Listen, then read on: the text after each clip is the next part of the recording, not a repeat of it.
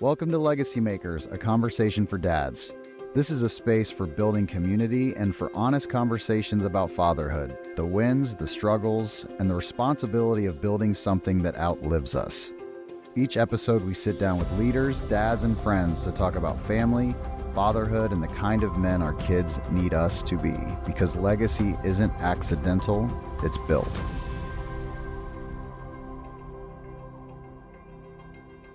All right, well, typically we don't have builds. Like, you can pick up Legacy Makers whenever. If you missed a few episodes, you're not missing much. I'm going to go ahead and say, if you're listening to this right now and you did not listen to the first episode, go back. You got to go back because you're going to be lost. So we stopped last time. David, you shared about champion tribes, your vision. I gotta pile on this. So this is one of these intersectional moments, these divine intersections I talked about in the first. I remember coming to the champion tribes grand reveal. Oh yeah. When you guys had created a curriculum to kind of help dads say, look, I don't know how to do it. You guys basically turned this into something. You turned it over. My boys at the time were probably 7 and 5. And I remember being so moved by this. And I remember saying, this is something I want to do. And so it's funny, I am now half of a year into something I've done with my boys. And so it's my oldest son, Cam, 6th grade. What we decided was, hey, we want them ready to rock when they walk in the halls of high school. We felt middle school was this really formidable time. And so we've got 7, there's 8 total kids. It's a brotherhood that we've created. We've got a little curriculum that kind of builds, and same thing. What does God think of you? What do your dads think of you? We're walking through once a month. Dads rotate, to your point about sharing the load. And watching these boys talk and to each other and see how each other think and know that there's more to just, we're on the same baseball team or we play sports together, go to school together, but like walking through a curriculum that's intentional, that their dads are by their side. And it was something I was very apprehensive for the same reason. It is the busiest time in my life. Right now, it feels that way at least. There was a ton of things I could have disqualified myself and these other guys for, but you know what? It hasn't been too much of a load.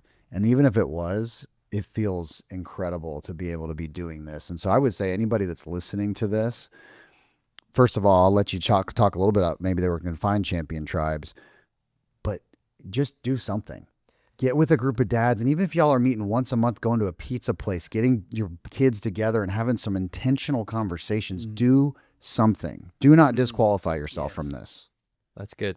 That's good. You know, and it's interesting you would say, go get pizza or something. What was fascinating is we were doing it for the boys, and that was our motivation. But much like going on a missions trip or whatever, we realized we're getting more out of it. But after each session, we typically go out for pizza, and the dads would gather around one table, the boys would gather around the other. They're having fun. But we're talking about life, and we're talking about, and it was so much of a ministry for the dads involved. Couldn't agree. Even though that wasn't and then when we would invite speakers in, everybody would say, who do you know?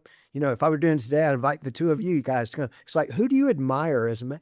Invite them to come give a 20-minute talk for something they think a 13-year-old should know, and then just unpack it for them. And so I was taking notes faster than the kids were. We were learning more. You know, it's like, and I'll never forget one of them. You guys know Paul Trotty? Of course. Yeah.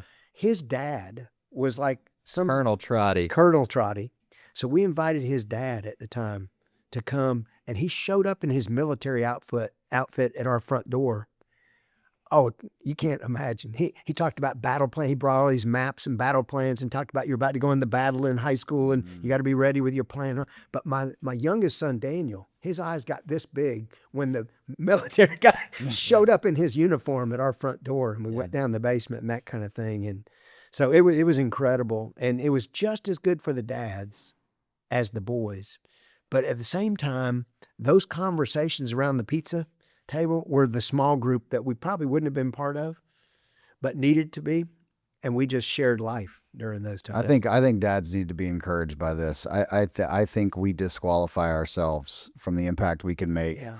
Whether you believe in yourself or not, your child looks at you as the dad as if you hung the moon. And you have every bit of credibility based on how that child looks at you to take the reins and do something like this. And I just think it's so important. Dude, we look at you as like you got it all together. So I mean, seriously, what you're talking about is you're like spend yeah, long the with my military. wife and kids, and Well, they so, could tell you. but exactly I'm that's not curious the because case. I've spent a lot of time with you. I've never Yeah, asked you something, but I'm curious if you were to go back and speak to a younger version of yourself with your own kids. What would you tell him? What would you challenge? Is there anything you feel like maybe you missed on or didn't do what you wanted? Yeah, well, definitely. One of the things I probably wasn't as equipped with my daughter is one thing, although she wouldn't say that. Yeah. But I felt like I knew what to do for the boys, like champion tribes and all. I knew exactly because I've been a boy. Yeah. But I felt a little more handicapped when it came to Amanda. Now, if you talk to her, I think she would tell you that was not the case. But I struggled more to figure out what to do with her Yeah. to help co-author her story than I did with the boys, only because I guess I didn't have that perspective. And the other thing is, all of us, I was very caught up in immediate gratification, immediate things. I think I would be less intense on that. In fact, a couple of principles, since we're talking about foundations here, here's one of the foundational principles that we used to talk a lot about at work, but also at home. Call it the 10-year principle. When I would have a trade-off I needed to make, one of the things I'd always go back to is 10 years from now, will this matter? Because it's amazing how many times the little things don't matter. I know you're talking earlier, Eric, about building a house or whatever, and you know that whole analogy. Well, we built our house. We only have had one house. It's the same house we lived in ever since Amanda was born. But we fretted over the details. Oh my goodness, the little like the plumbing fixtures and all that. We just felt like it was a bit. And in the end, it was very small. So. The 10-year principle, I think, is a good one to think about. Okay, like with champion tribes that we were talking about earlier. Baseball, 10 years from now, is it going to matter? Or creating a whole blueprint for what it looks like to win in life, which is going to be more important 10 years from now. So 10-year rule is a really good one to inform your trade-off decisions, because all of life is about trade-offs. Yeah. And the problem with trade-offs is we have to trade something off, and we look at what we traded off as the problem with the trade, like what we lost out on. You're talking earlier about, or in the previous episode about me driving hour and a half down to Chick-fil-A. That was a trade-off decision. It would have been real easy to live 5 minutes from work, but I traded off something more important. Which maybe brings in another principle we ought to talk about, I think, is really applicable at work, but even more so at home. I think of it as, I wish we had, visually I could, but I think I can explain it to you. Call it the payoff paradox. The payoff paradox, and it's this. If we had a little box with 4 quadrants and label it payoff paradox, the first quadrant we could call short-term benefit. Many times in life, there are things with a short-term benefit. We could label it STB, short-term benefit, and they come in marketing world, we call it buy one, get one free. With every short-term benefit, you get a free long-term consequence at no extra charge. So many times we take the short-term benefit, we don't realize we're signing up for the long-term consequence. So for example, a real simple example, this morning, my alarm goes off at 6 o'clock. I can either hit the snooze button, take the short-term benefit, go back to sleep, or get up and go work out. Yeah. Which one did you choose this morning? I chose the workout this morning. There you I was on go. the elliptical early this morning. So, but that didn't feel good. I'm not a morning person. So getting up every morning and doing it, that does not feel good. But long-term, if I took the short-term benefit every day, hit the snooze button, it'd feel good every day, but 10 years from now, what would it matter? I mean, it'd be huge. It'd be a big difference in energy, health, all these things. So you can take the short-term benefit, but you unknowingly sign up for the long-term consequence. Alternatively, you can take the short-term consequence, we'll label that STC, short-term consequence, and you get a long-term benefit free of charge. And what I love about that little payoff, there's so many things in life where taking the short-term consequence feels bad at the moment, but you rejoice later on. I think Eric's going to use this at work this week. I'm watching this. Because it's the story of Chick-fil-A, really. Chick-fil-A is all about taking the short-term consequence that results in the long-term benefit. What I love about the Matrix, STC, short-term consequence, were Truett's initials. So I always think of it in terms of true. It would always take the short-term consequence to enable the long-term benefit. And when you start to frame it that way, suddenly the short-term consequences don't seem so painful. And we live in an age where we worship, immediate gratification. Everything's about immediate. What can I get out of it today? But I think if you take too much immediate gratification, you'll end up signing up for things you didn't expect down the road. In fact, I remember reading a book one time about a certain general. I won't, because it was during the Civil War, so I won't say whether it was a Yankee general or a Confederate general. But he was asked, if you could only leave your child one thing, one little phrase, what would it be? Teach him to deny himself. That was the one thing he wishes his son. And when I think about it, denying yourself is the short-term consequence. He didn't say it that way, but it's take the short-term consequence to enable the long-term benefit. And so many of the decisions at Chick-fil-A, closed on Sunday, is an example of that. There's a lot of consequence to closing on Sunday, but enable a long-term benefit. It's hard to replicate. Taking time when your kids are 13, a lot of short-term consequence to that, a lot of long-term benefit. But consciously thinking through trade-off decisions where I'm willing to take on the short-term consequence. Yeah. To enable the long-term benefit. Yeah, and sometimes we think about these as these substantial, big moments. It could be as simple as, I'm so frustrated. My child has now woken up 4 times in the last 40 minutes. All I want to do is go to sleep. How do I show up? Yeah. Right? Like short-term, like if I'm only short-term, I'm frustrated, I'm yelling like that. Take the long game is how do you show up with grace and care. I also think about, not a great Georgia Bulldog person here, but Nick Saban, I heard him speak a few times. And one of the things he said that stuck with me is, you're either going to suffer the pain of discipline or the pain of disappointment. And it's the same kind. You have to have a discipline is what enables you to really kind of do that short-term consequence. This doesn't feel good in the moment, but embracing it. And on the flip side, it's disappointment either way. Like pain of discipline or pain of disappointment. Yeah. Disappointment's either going to be, if you do that, hey, not worried, I'm going to choose the easy thing, long-term disappointment awaits. It's also painful to do the short-term consequence, but in the long term, that's where you're going to net out positive. Eric and I talked about with this foundation episode is we've got to be intentional in the foundation we lay. It's not always the things that are seen. It's not visible, but if we're not intentional to build the right foundation, we're going to pay consequences long term. What else? Anything else? Like if you're sitting here, if you were in person with Eric and I and a group of dads, and you were to say, here's some things I think you need to know, what else would you say? One other thing that really molded and shaped my thinking is words are powerful. Words are very, very powerful. And we tend to create labels for our kids many times unintentionally. And I really came face to face with this. I was at the Willow Creek Leadership Conference one time, and they had a speaker that talked about the fact, he was the conductor of the Philadelphia Orchestra, the Philharmonic Orchestra or whatever. And he talked about the fact he taught classes. And unlike a lot of professors would come in and say, only one of you is going to make an A, and they create this real competitive atmosphere, or no one's going to make an A. And to me, that always spoke to the fact they're not good enough to teach you enough to make an A. It's like, what a place to start. But this guy would come in, first day of class, he'd say, every one of you is going to make an A.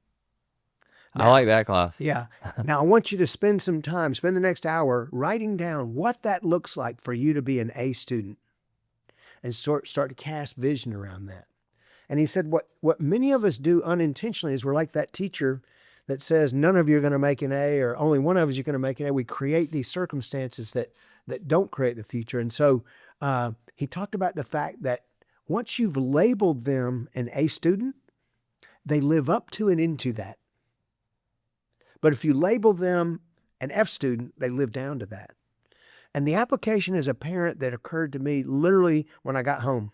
When I got home, I realized many times when you got kids, my kids probably at the time were middle school, probably about the age of your kids. And I would come home sometimes, and at night I'd be tired and frustrated.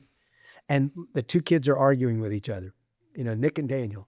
And maybe Nick is berating Daniel or belittling Daniel or whatever. I'd say, Nick, stop being so mean to your brother. You know what I just did? I labeled Nick as mean. Unintentionally, but what he hears is, I'm mean, and then he lives into that. What I started doing after that time is I'd come home and I'd say, stop myself, because we're all tired, we're frustrated. It's like, had a hard day at work. It's like, we want to just them to stop arguing with each other. But now, after that, I would say, Nick, that's not like you. You're not somebody who belittles your brother. What's going on? Why are you doing that? What I've now done is labeled him, that's not like you. You're better than that. And then he lives up to and into that. Wow. And I think that's huge. a really easy thing as a parent to get wrong. And I got it wrong for many years. But I got it wrong last night. Very intentional. I got that wrong last night. That's so good. So you're giving them a reputation to live into. A reputation. It's not saying you're always, but it's not saying you're perfect. It's, this is not like you. That's so good. I think that's. I mean, that's good for a leader. Yeah. If you're managing people, this is not like you versus you're a terrible worker or whatever. But labeling people with labels they can live up to and into, and many times they will. Yeah. Same thing. That's so good. Calling people their highest and best instead of their lowest and least. I think that's really powerful. I think about this conversation, David, and so fruitful on many fronts. I think about you, and I think about this recipe of intentionality plus action. I think oftentimes there's intentionality, there's planning, this is what I'm going to do, but that action, and we don't follow through because we're tired, because we've got these things. And I think the multiplier is over time. It's that consistency. So if you have that intention and you act, but it's a consistent action, it's a foundation that's a winning foundation to get momentum. Yeah. I think one of the things I think Eric and I want to thank you for how you've lived. One of the guys probably the two names we mentioned the most on the podcast are David Salyers and Mike Lynch. Mike Lynch is Eric's pastor, good friend. And he always talks about how when at the end of his life, he wants the people that he loved the most to care about. If you go to a retirement celebration, you go to that and everybody else talks about how great you are and your kids say that's not true at home. You are a guy who has built an incredible legacy in the business world. But what I love is that knowing that it's true in your personal life as well. So that's just so impressive to me. Yeah, totally. You got any thoughts on that? I think it's right. I think that what's the quote? Those who know me the best love me the most. Yeah, and I think that's something, again, thinking with the end in mind. Like we challenged, I think, multiple times. Like, what do you want? What are words that you want your children to say about you? What are descriptors? You got to reverse engineer. We're going to give you the final word on this one. Okay. Bring us home. Well, I've got one more principle that may unburden some people, because it's easy sometimes to listen to something like this and think, well, first of all, I don't have it all together. And you wouldn't have to spend more than 10 minutes with my wife and kids, and they could surely point out a lot of things I've done wrong. I'm like everyone else. But I'll give you this other principle that's really helped me along the way and also taken some pressure off. So one of the businesses I'm involved with is called Rome now. And we're recording in a Rome right now. That's true. Yes. I wrote a book called Remarkable. And one of the things that we've done at Rome's is we structure in certain elements to be what we call the remarkable elements of the location. And it's kind of an outgrowth of a principle in psychology called the peak end theory. And basically what peak end theory says, that over the course of a life, it's not every moment that matters, but there are certain peak moments and end moments that have disproportionate power and influence on the way things turn out. It's interesting. One of the questions I used to ask when I would interview people at Chick-fil-A to find the best people is I'd say, someone has produced a documentary of your life. I want you to walk me through that documentary in 15 minutes, 20 minutes. And I want you to focus on the things that molded and shaped you into the person I see sitting here today. And at the end, I want you to give me a title for your documentary. That was my favorite interview question. And it would really separate the wheat from the chaff, because the people who had struggled the most, who had overcome the most, their stories were the most compelling, but inevitably what they would cite is certain peak moments of their life and certain important people that shared with them something, that was an aha moment for them. And I'd always tell them, start with birth and work to the time you walked in this room. And ultimately, you can summarize your life in 15 minutes, amazingly. We make it so complicated and complex, but it can be done in 15 minutes. But what struck me is the things they would cite were the remarkable moments. They were the peak moments, that kind of thing. So I think as a parent, that we can take that psychology principle and apply it and say, we don't have to be great every moment. We just have to create certain peak important moments along the way. And it doesn't have to be every day, every week, even every year. It's just certain peak moments, because having heard story after story after story, those peak moments were far apart, but they were powerful. So I think as a parent, what we try to do is create those remarkable moments for our kids along the way. That's good. And again, it's really interesting that it doesn't have to be every moment. As a parent, we feel like it's got to be today, it's got to be tonight. But in the end, most of what you're doing today, tonight, will never be remembered. But find a way to orchestrate a few remarkable moments along the way. And those will be the things that mold and shape. And again, the two moments are peak moments, end moment. Those overwhelm all the other moments in life. That's good. So as a parent, take some pressure off, but create a few remarkable moments along the way, and they'll pay off handsomely. It's beautiful, man. Well, listen, gratitude to you. You added a ton. Just Kevin and I having a conversation. I know our listeners will too. We thank you. Thank you for your influence, your words. Not all moments are equal. This was a big moment for us today. So thank you very much. David Salyers on Foundation, everybody. We'll continue the discussion with Legacy Makers.